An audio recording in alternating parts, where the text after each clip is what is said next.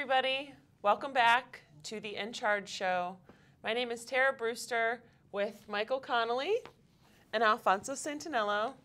Three of us are here for In Charge. As always. Yep, back again. They haven't kept us down yet. Keep bringing us back. Where's the big hook? You know, like the hook that comes from Technically, the... I'm in charge of the big hook. Oh. So well. I'm never going to be taking us off Yeah, the air. okay, good. Al's in charge of the hook, so there'll be no hook for now. No. Just the hook to get us here every week. Yeah, on time. Yeah, on time. Punctuality. Oh, Very man. important. So we have a good episode today. Yeah, we do. Little end news, little end startup, entrepreneur of the week. Michael, little end news. So I found this article on Mashable. I think it's through Twitter. I found it on Mashable, but it says 5 key talents of a successful startup founder. And just kind of broke it down into 5 quick things. One was being an activator, and they were saying that an activator simply finds ways to get things done and make them happen. That's a critical component to being, Oh, yeah. You know. Oh, yeah. Oh, yeah. Activate it all the way. Oh, yeah. Apparently it's already going to be put on Al then. And then Activation. the second one was adaptability. Oh, yeah. Oh, yeah. These guys are killing me. It says, in the startup, nothing ever goes as planned. I mean, I'm sure you guys can admit that. Anytime you have something planned out and you think you know what's going to happen, the one thing that you didn't plan for will change this whole plan. So you have to be able to be adaptable. Why do I keep saying, oh, yeah? Yeah, oh yeah, brother. It's like the You're like having a Macho Man moment. It's the Kool-Aid thing from the Family Guy. No. When he jumps out of the wall, he's like, oh yeah. It's like a Macho Man thing. Adaptability. You gotta adapt to your co-host talking about WWF fans out there. Can you hear me? Oh my God. That was Hulk Hogan. I forgive me. All right. Back to you have to be strategic. It's talking about finding alternative ways to succeed. You guys are killing me. Sorry. Spotting signal and relevance from all the noise. That's strategic thinking. That's another thing, because being an entrepreneur, so many things get thrown at you. You got to do so many different things. But when you have a strategy, you try to stick to it as close as possible. It said being disciplined. Roles and responsibilities can pull a founder in so many different ways that he can feel lost in all the chaos. But you have to be disciplined to stick to that plan. And then the last but not least was being focused. It says you have 100 things to do today, but you can only accomplish 3. Which ones you gonna do? You have to have that laser-like focus. So you prioritize. Right, and you got to just make sure that the things that have to get done get done. You know what I do is I make a list. And I look at the 100 things I have to do in one day, and I go extremely important, kind of important, I could do this later. And I do the extremely important things first, and I find myself being more efficient to get those other things done because those aren't as demanding of my time. And I'm very active in my kid's life, and my wife would kill me if I wasn't. And that was part of our thing. Like, you got to make sure running this business doesn't affect our family life. So sometimes I have to stop what I'm doing to pick my kids up from school, or make sure I see them play basketball or do those type things, and you have to make. And my family stuff's always in my extremely important stuff. So my one thing with being a business person was I never wanted to lose my family to gain a business, because I see so many people do that, and it kind of bothers me. Like, they have these great companies, but at home, like, their kids don't know them, and their wife hates them, and I just it's got to be balanced, and I think that's a big part of being focused too, though. I think the whole discipline aspect is very key. I mean, you have to know, it's being an entrepreneur, especially part of a startup, you got to know which events to go to, which one, when to go out, when to divvy up time between employees, yourself, family, everything. And I think having discipline within yourself and for the business is key to growing who you are, and then growing the business too.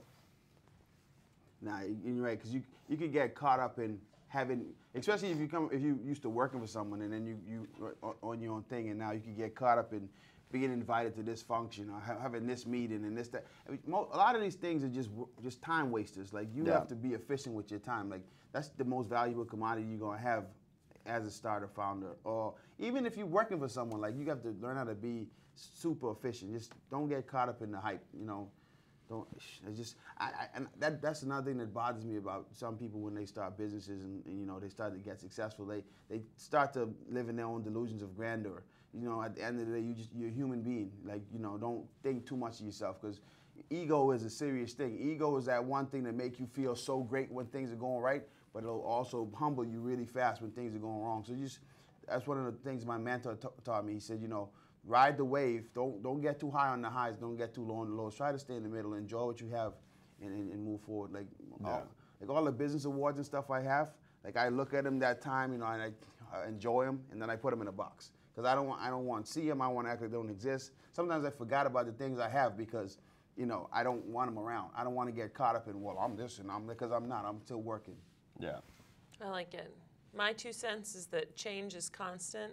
It's the only thing that you can really ever rely on. So just sort of, I like the adaptability, and I liked, you know, just sort of being able to roll with the punches, and, you know, because that's it. I mean, you can make all of these plans and be strategic and stuff, but they change every day. They change every week. They change every month. Like, it's changing. Everything is constantly changing. Your customers are changing. Your employees are changing.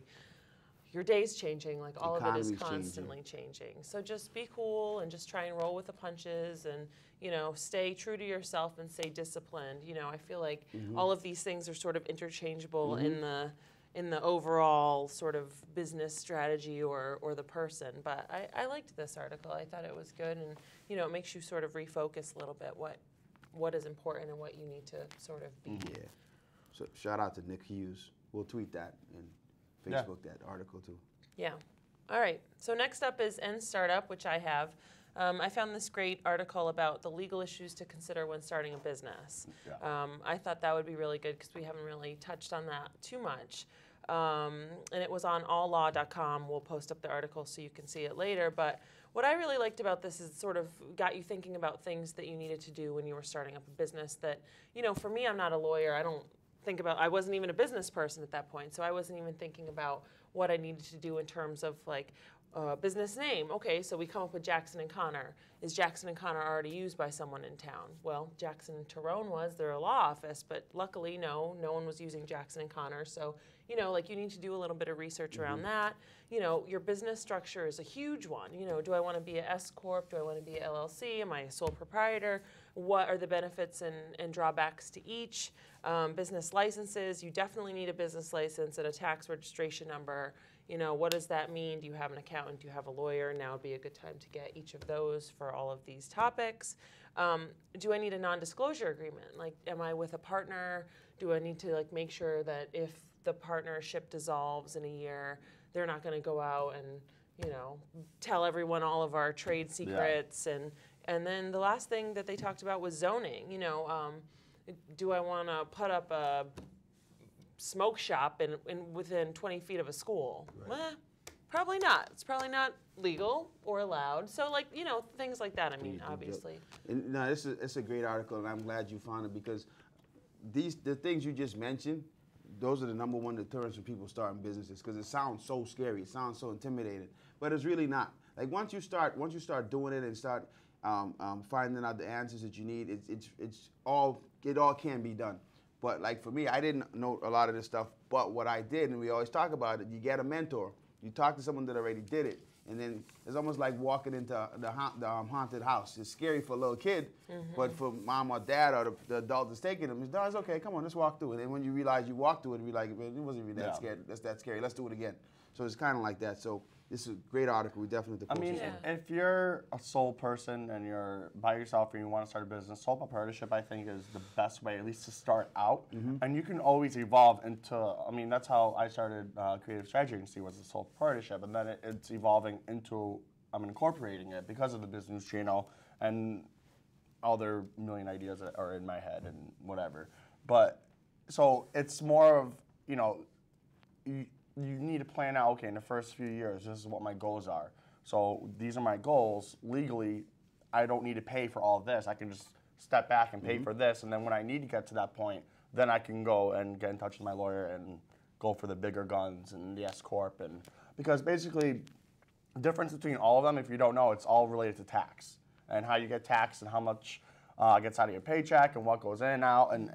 And tax is never really a fun topic to talk about, and that's basically what it comes down to with the S corp and how much you're personally liable for the company. So if someone would sue your company, for instance, in a sole proprietorship, you are attached to the company. But anything else, an LLC, S corp, whatever corp, you're not specifically attached. So if someone could sue the company, they're not suing you. So your assets are not, it can't be touched. Right. So there's little things that you need to think about and you need to research. I mean, find a lawyer, but also research yourself where you would fit in best, I think. I mean, I spent a good month researching what I wanted to do before I actually went and did it. Yeah, and I guess that information is definitely out there. What I like, and for me was most important, was the business name, because when we had our business name, we knew it was great. And what happened was we started to put it out there, and people started saying, "Oh, I make stinky cakes." And it was like, wait a minute, you kidding me? Like, it's not only bad enough that you copying what I'm doing, but you're trying to steal the name. So that right then, fortunately for us, we was already in the process of our trademark coming through. So once that trademark came through, then we started having an attorney send out cease and desist letters. I mean, ultimately, I understand people trying to make money and trying to support their families or whatever, but do that, but just don't, just blatantly try to steal my name, because you're taking away from myself and my family. And then now I have to take that, to go the legal route, and, just, so when you protect your name, protect your brand, and then just, then sometimes you gotta, take action to correct people trying to copy you and bite on your trademarks and whatnot, so. Yeah. Duh. This is the like wrestling this is next week we're gonna have Hulk Hogan on. SmackDown. Okay, Oh, can we come in leotards next week? No. All right, so Entrepreneur of the Week. Actually, this is Entrepreneurs of the Week. Pennywords, like manures. Like multiple entrepreneurs. Okay. No more vodka. You're done. You're done. It's ab fat. You're Where cut are my off. cigarettes? All right, so the entrepreneurs of the week are Winter Hanger, Stephanie Kaplan, and Annie Wang. They're actually all three co-founders of Her Campus. Yeah. If you don't know what Her Campus is, it's an online magazine for obviously females, for college females. So they go over like health and style and beauty and education, and it's a good resource for college women. I'm surprised there's no men's site, but his campus, Yeah, he probably do already that. works on it. Oh. But yeah, I think it's good because in college is when people really go out and try to find who they are and what they want to become. And I think this is a good source for girls to go through and, learn more and kind of steer towards one way or the other of where they want to go with their lives. And I mean, I went through the site and it's really, there's a lot of good information on there. Even, obviously I'm a guy, but there's a lot of good information. I feel like guys could go there pretty easily and still get, like they had reviews, like I clicked on Amherst College and it had reviews of Harold's Ice Cream and a couple other eateries. Yeah, so they're they have sites for specific schools. It's not like one website, so every college can have their own website. Yeah. So I think they were really smart for doing this, and kudos to them. That's why I wanted to talk about them. This is a great idea.